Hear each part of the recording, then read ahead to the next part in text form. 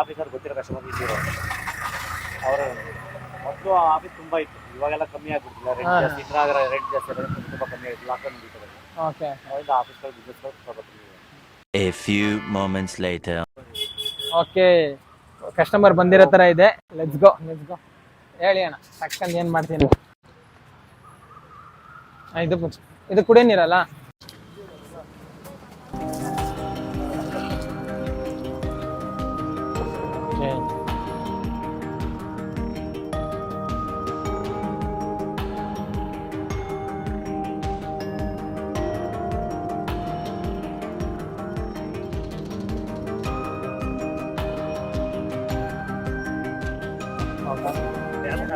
ಯಾವ್ದಣ್ಣ ಖಾರ? ಇದಲ್ಲ, ಇದು ಖಾರ, ಇದು ಮೀಡಿಯಂ. ಓಕೆ.